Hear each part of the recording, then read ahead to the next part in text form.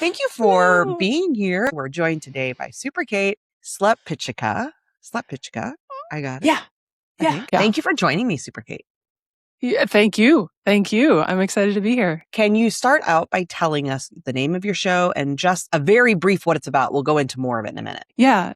My show is called Connecting with SuperKate, and it's for all of those incredible women that we know out there who are just overwhelmed and stressed, exhausted, but they know they have to keep going because there's a better world that they're building. And sometimes they just need the support of how to move through the moment to moment of the chaos. And I'm trying to give them tips and tools to get there, along with awesome people who are outside of my expertise. Yeah. Awesome. Well, I'm excited to learn more about that and about your podcasting journey. But I've been having people start by telling me the reason that you podcast. So if you can say the reason why I podcast is? The reason I podcast is I love connecting with you and with myself. Nice. Excellent. So let's talk about the journey. When did you first start podcasting and what made you think this is a medium I want to explore? So I started mid-April, but I have been kicking around the idea for probably a couple of years. I had at the beginning of 2025, the idea that I was going to finally start this podcast. It didn't matter that everybody was doing podcasts. I had an idea, but it was completely unconnected to my business. I just thought it would be a fun adventure. And it is, it still could be a fun adventure, but I never followed through with it because I got stuck in maybe I have to hire a company to help me out. And that's money, or, where do I even start? And it wasn't until October, our mutual friend, Julie Marty Pearson, was offering a podcast accelerator course that I said, okay, this is it. I've got to step up. I know I need to do this for my business. I'm going to do it. And so I took that, got overwhelmed again with the process, but at least I knew I could do it by myself. And then finally I said, I don't need a 2-week launch. Nobody's waiting for this. Nobody knows it's coming. I'm just putting it out there. And so I finally did that in mid-April. And I just published my 21st episode, and I'm planning at least 45 by the end of the year. I'm really enjoying it. Nice. It's so much fun. What was it about podcasting as a medium that you were like, I want to go down this path? And has it lived up to that? Or are there other reasons you're enjoying it beyond what you thought you might? I did spend part of my career as a sound engineer for animated shows in the industry. And I thought I would enjoy this because it would get me back into sound again. But really what I have been enjoying about it is it has been pushing me creatively. And I think it's timed right in that I have a lot that I want to get out right now. And a few years ago, I just didn't feel that generation buzz at all. It was a struggle. But if you had said you're going to happily write an episode every week or maybe 2, and you're going to start getting interested in talking to people, not just because you love talking to people, but because you can see how you're mutually beneficial to each other to get out sort of a similar message. Yeah, I wouldn't have seen it from a more of a professional perspective. I just enjoy having the conversations. I grew up in a very small town, which has its ups and downs, but my family ran the newspaper. I would have been 5th generation if I continued it. So I was just used to everybody knowing each other. There was always conversations happening. It was just easy. And so I think that carried through, and I didn't expect that influence to show up at this point in my life. But yeah, it's been fun. Yeah. Well, you're new in the journey, and I love speaking with people who are at all sorts of places along this podcasting journey, and somebody who's only a few months in and is already feeling that it's scratching an itch for me. I think that's great. What are the lessons that you've been learning as you've been doing this? Because you were nervous to start, as I think many people are, because of perfectionism, because of overwhelm, just all the things that often hold us back of do I know enough? What am I missing? What if I don't do it right? What if it doesn't sound good? And you got through those and now you're doing this. So what are you learning? Is it as scary as you thought it was? Is it easier than you thought it was? Are there other things that you've been learning through the process of doing this? Yeah. So I am grateful that sound editing has gotten faster and quicker. I could have had no problems with that even, back in the day. But now it's just, it's so smooth. It's fascinating. But I also understand that I come in with a learning curve that my sound engineering past helped with. So that was never going to be a hang up of mine. What I was concerned about was not knowing what to talk about. But everybody I had talked to kind of across the board was like 10 to 20 episodes in, you're just throwing stuff at the wall. I mean, unless you really have an idea, you won't find your voice until partway in. And I just kind of said, I'm tired of waiting on myself. I want to do this. I have it in me. And part of that is because I am a natural performer. And so I don't mind being on camera. My podcasts are also video form. I don't mind voicing my opinions most of the time. So it felt like a very natural thing. The struggle I think the biggest struggle for me has been composing an episode in a fashion that people are going to be interested in listening to instead of me just rambling for, 5 to 10 minutes. There needs to be a cohesive arc. At least that's what I believe currently. And so that finding when I'm writing the episodes, how am I creating that arc instead of just getting on camera and talking. That at the moment, I can only really do that on, short reels on the social media stuff. So that has been a little more of a struggle for me. And then honestly, posting that I have a podcast. I'm getting better about marketing it, but most of it's just been word of mouth. But that goes into all like marketing anyway. Like that's the struggle. I think so many of us can relate to that. I want to just quickly highlight something you said because it was so good, which is I was tired of waiting on myself. Because I think so many people I talk to are like, I want to start a podcast. And then you will see it can take years and they still have never done it. And when you really explore the why, so much of it is just them waiting on themselves to have the confidence to do it, waiting on themselves to have the self-belief to do it, waiting on themselves to have the belief that they have something to say, like you said, that they have the ability, all of those things. And once they do it, I think a lot of people I talk to are like, well, that wasn't as bad as I thought it was going to be. It wasn't as hard as I thought it was going to be. I wish I had done this earlier. So for people who might be in that camp of like still waiting to believe on, still waiting to believe in themselves or still waiting to get out of their own way, what would you say to them now that you're 4 or 5 months into actually putting a show out there? Well, you get to make the show yours. And I think for a while we all, or at least I and a few people I know, were under the assumption that we have to have weekly episodes. They have to be 20 to 60 minutes long.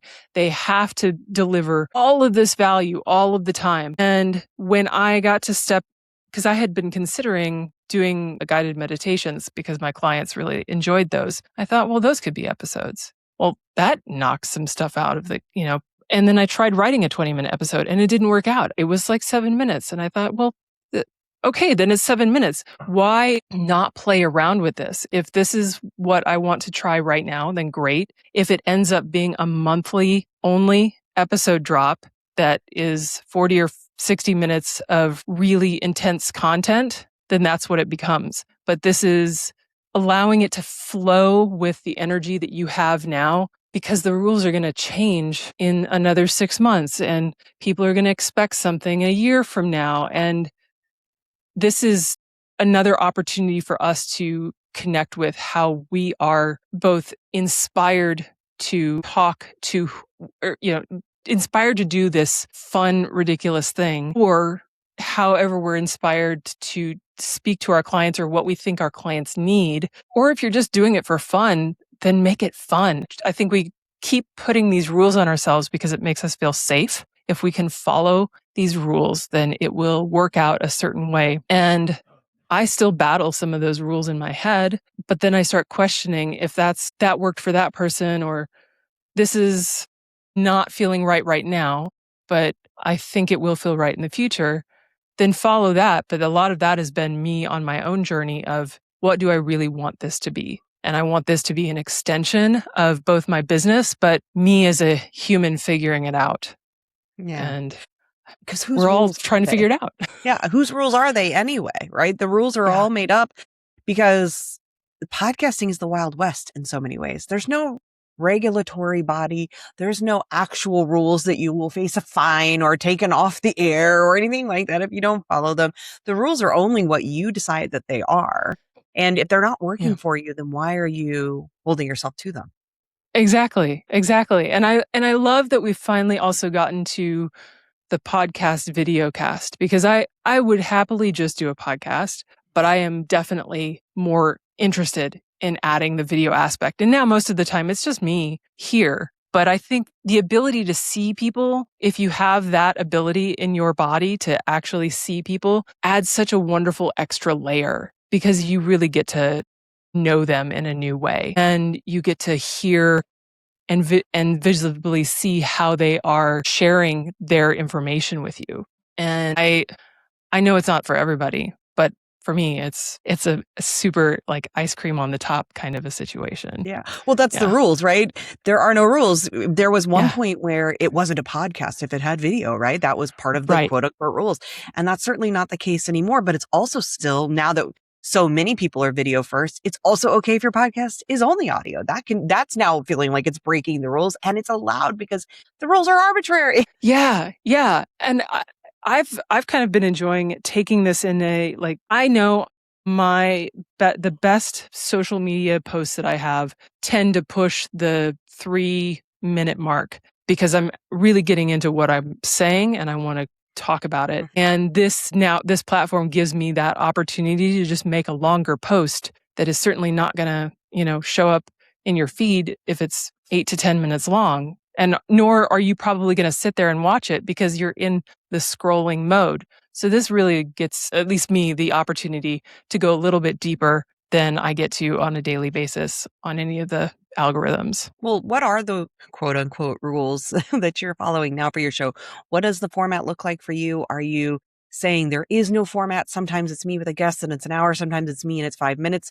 How are you kind of approaching the content? Well, originally I decided I would do solo episode 1 week, guided meditation, solo episode, and then guest episode. And that mostly happened in May. Didn't happen in April because I came in mid-April, but it happened in May. And then I just didn't have anybody in June. I just wasn't feeling compelled to talk to anybody. Nobody came across my path that showed interest in what my podcast was about. So that was fine. I wasn't actively putting it out there. So I thought this is not a great time for me to then just push more solo stuff, because it is a little bit harder.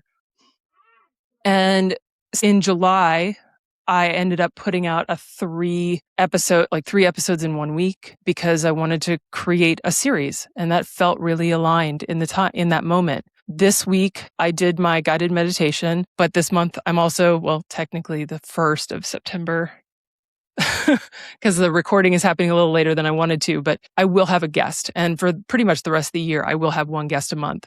But that gives me the opportunity to both lean into the meditations that are getting repeat listens. People are enjoying them. It gets me the opportunity to put my voice out there, my beliefs, and how I support, my people. But then when I find people that are aligned, I get them to come in and have a good conversation. And I think some of them are also going to end up being good collaborators outside of this in the future, which is really fantastic. But if I change my mind and I decide it's only solo episodes, then that's what it will be. I don't foresee it ever being only guests, though. Yeah. Well, you mentioned that one of the things that maybe you weren't expecting as much when you were thinking about podcasting is just this like creative expression component of it, that it's the space that is giving you such an area to play and be creative. And that still goes with this idea of breaking the rules, because it sounds like you're allowing yourself to say, the podcast can just be what I'm feeling compelled or called to do in that moment, and let that be the thing. And that when you're able to get to that place where you can break the rules, that really unlocks so much creativity and so much play. And I think allows people to really see you for who you are, because you're saying, I get to show up fully me this week. And so that makes it even more intimate in a way, because it's like, I get to see how you express yourself. Yeah. It definitely took me a while to get here from very much from a marketing, standpoint too, because this is very much tied to my business. But that idea of, if I want people to work with me, they have to trust me. but they are going to binge everything that I do if they really, like, I do that with the people I follow and that I've worked with. I go through stuff because I get to know them more. I get more information from them. And me showing up in one way that isn't who they're going to get on a call, that doesn't benefit either of us. And I definitely, there was, last week had written an episode and I really wasn't in the mood to, because this is kind of like the outfit that I put on for everything. It's super easy and I don't have to think about it. But I was like, do I record the episode in the very clearly like pajama-like shirt I have on right now? I mean, I could. It would get the episode recorded. I'm not ready to do that yet, but I have that option. I know I have that option because sometimes I will show up on a call like that. And that's okay. But knowing that there are people, I haven't followed the podcast. It's Grave Conversations, I think it's what it's called. And they both like lay in coffins and have the interview. I'm like, that's fantastic. What a crazy like little thing. Okay, no rules. Let's go. Yeah. But I definitely have been one of those people who doesn't always follow the rules throughout my life. Yeah. So it has probably been a bit easier for me to dive into that feeling. Well, and you mentioned earlier that rules also create a feeling of safety, or at least they give us a feeling of safety. Whether they're actually creating safety or not, it's a whole other story. But they're sometimes, for some people, right.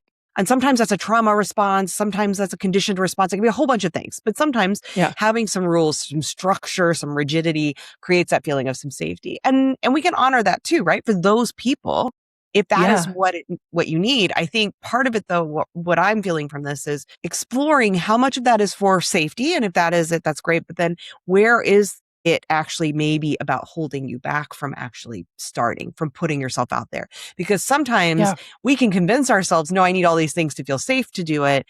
And that may be a story that we're telling ourselves, because the truth is we're just afraid to be seen, to be heard, whatever it is, to be creative, to be fully authentic, to be ourselves.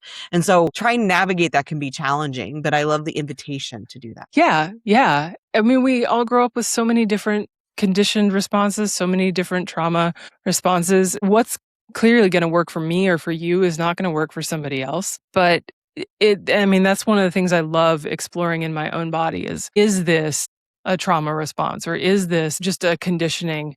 And why am I choosing to believe this? Or why have I been sort of forced to believe this through my lifetime?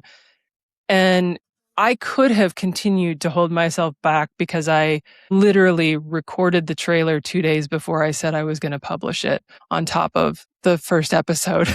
But I thought, no, this is totally, no one knows. This is such a wonderful moment that no one knows about. And I just get to start.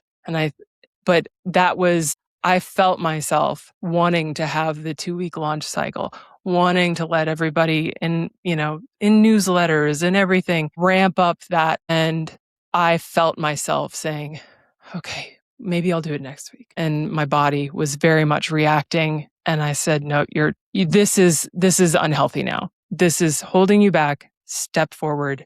And then you can talk about it. Like, you are not doing this. You've not been doing this for almost 1.5 years now. Yeah. Let's just get going. Yeah. Well, and I feel like based on what you've said so far, I feel like this is something you relate to, and where we can go too. It's just around somatics, because I think so many people in our community and the podcast collective are the kinds of folks who are more in touch with their bodies, with their inner knowing, who have more interest in that sort of dialogue. And I think it's important to pay attention to your body and what's it telling you. And I think sometimes with marketing endeavors, and podcasting usually fits in that for most business owners, we try to step really into this logical brain, and again, back to the rules and doing it a certain way and what you think we're supposed to, without really checking in with, does this work for me? And one of those ways to identify that is like, how does this decision, this thing I'm thinking about doing, this approach I think about taking, how does that feel in my body? And I just think those embodied experiences can be such valuable information, especially when we're talking about stepping outside of what you think is the norm or the rule, to check in with your body and see what information it's giving you about what you're thinking about doing. Yeah. I mean, we are, especially those conditioned as women, we are taught to do everything all the time for everybody else and don't pay attention to what's happening. I think a lot of society, even men, get that too, in that just power forward is very, a masculine identity, not to be confused with men, but like a masculine, right, feeling of just go forward. And because we often spend years and years doing that, we don't know what the answer is that our body is giving us. And that's, I think, what I was taking time with was sort of breaking apart. Is this because it's not aligned? Or is it because I don't want to do it right now? Or is it because I'm actually just terrified of doing it, period? There's like whatever the branch out of those answers are. But I knew at that point I'd done enough work with myself that I felt I'm holding myself back because I don't think I'm doing it right, and whatever that means. And this is just something to move through, and push through. I kind of pushed through it, but I knew on the other side of it, I would get the release that I needed, which was that it was out there and I could stop at 10 episodes. I could stop at 500, like whatever it is. But I needed to say, just go, no matter that it feels scary. But I have, again, done that work where I know in many situations, is it scary because it's bad? Or is it scary because it's just kind of scary and things can be scary? Well, and I Yeah. think that's a key piece of that too, is that it's one thing for someone to say, well, you're just holding yourself back, or, just get over the fear and do it. Sure, that all sounds great. But if I'm still not really, if I'm believing my story or whatever it is, that's not helpful. But I think hearing people talk about how you actually check with your body and learning to listen to your body's response, and the answers are there more than somebody else just saying, just do the thing or whatever. And usually if you can get quiet and listen, your body's going to tell you the truth to those questions of, am I just afraid, or is this not aligned, or whatever. So thank you for sharing that. And I love that you said, Absolutely. I can just do it for 10 episodes, or I can do it for whatever. So, because I want to talk about like moving forward, you've been out for a few months now already. You're experimenting and playing and having things be what they are. And some weeks there's an episode, sometimes there's not. Sometimes there's the interview, or maybe I'll go a couple of months and there isn't. What is it feeling like for you moving forward? Like, what's the horizon look like? Are you feeling like I'm definitely going to be doing this longer than 20 episodes, right? It sounds like yes. Yeah. Like, what are you thinking moving forward about how you see the show developing? Right now, I haven't sort of focused any farther than 45 episodes, which I do believe I will have done before the end of 2026. This platform has given me, it's so interesting. I have struggled for years to create lead magnets, and somehow it's way easier to do a focus series and say, okay, how can I connect this as a lead magnet for my clients? So that is actually pushing, and maybe it's just the momentum that I have now, a cadence of every week I'm writing an episode, which means I have to have an idea or a theme or whatever to move towards. I see episodes easily happening for the next several months. I don't see myself stopping. I am curious if I will maintain weekly episodes next year, but right now my body's like, that's too far. You know what your goal is. Get to your goal and then make a plan then. Yeah. But it Future feels SuperKate can deal natural. with that. Yeah. But you're loving it, and you see it feels like a future.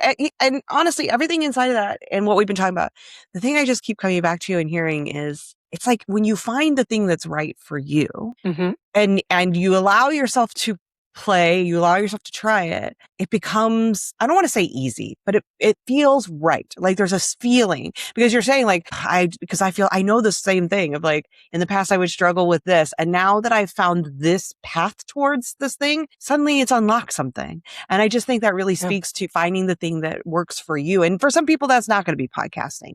But if you give yourself that chance to try and experiment, it could be that that's the thing that really unlocks something for you. Yeah. And I wouldn't have been able to tell you even a year ago that podcasting was going to unlock something. Probably even honestly 9 months ago when I signed up for Julie's course, I just thought, okay, this is something that interests me. I'm finally going to take some step towards it.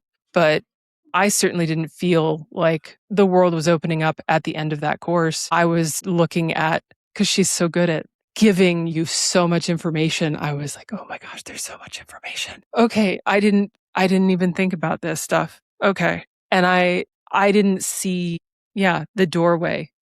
Mm-hmm. But now I see the doorway, and I do love, again, coming back to the video aspect. I could move this all over to just YouTube lives or YouTube Mm-hmm. priority that then gets pushed to podcasts. Whereas I feel like in the past, but again, I haven't been in this world very long, there were people who did stuff on YouTube and there were people who did podcasts, and there was no repurposing, crossover, anything. So the crossover aspect is really just, So I'm excited. I don't see it ending, but it will change. It will change. Yeah. And that's Permission exciting. granted, right? To allow it to be what it's going to be. And if it changes, it changes. But I think it's a really lovely example of giving yourself that permission to try something and to play with that something, and then discovering that sometimes it unlocks something. When was the last time you let something just happen and see where it went? Well, I mean, speaking of podcasting, I do it all the time. So I don't know about the last time,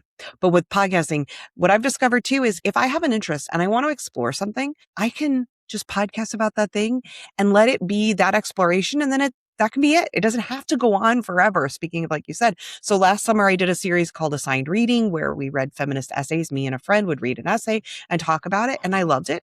And then I kind of got what I needed from it, at least for now. And I also give myself that permission to say it could come back if I feel inspired again. This summer, I've done this exploration called Analogish, sorry. And that one is exploring what does it mean to be human in an AI world. And I think each one has around 20 episodes. And each one felt kind of complete to me for now. Awesome. But again, I also love that permission to say, but if I feel called again, I could always go back for a season 2. And I use Transistor. Not that this is a big ad, but they allow you to have as many podcasts as you want, right? So you pay one monthly fee and you can have as many shows as you want to have. So I can add a show and then I can just let it live, and they both continue to find audiences. They still are getting new listens. No new episodes coming out, which also kind of defies the rules that you have to have these. Sometimes it can just sit there and find people who are interested in that topic too, because maybe they're having that season of life now where they're like, this is the thing I'm interested in. So I love it. I love that you're open to play and experimentation. I think we can get so rigid about anything, including podcasting, where it has to be this and it has to be forever and it has to be this big commitment. It has to blah, blah, blah. There's no has-tos. You get to play. Let it be what you want to be. And I think it's such a great example of that. So thank you for sharing. And where can people go to find connecting with SuperKate or more about you? Yeah, you can go to my website, the SuperKate, or depending on how you pronounce THE, thesuperkate.com. I'm also on Instagram at _SuperKate. And I'm on the other socials, but those are my two primary play places. And probably YouTube, right? Because you said you like YouTube, the video. Which is Connecting with SuperKate. Yeah, perfect. Thank you. Because this will also be on YouTube. So I will try to make you a collaborator so you can share it there if you want. And that's an easy way for people to find your channel as well. Yeah. Thank you so much, SuperKate, for this conversation. It was fantastic. Everyone go take a listen to Connecting with SuperKate. Follow on YouTube, Instagram, and join us in the podcast collective. Thank you. Thank you so much.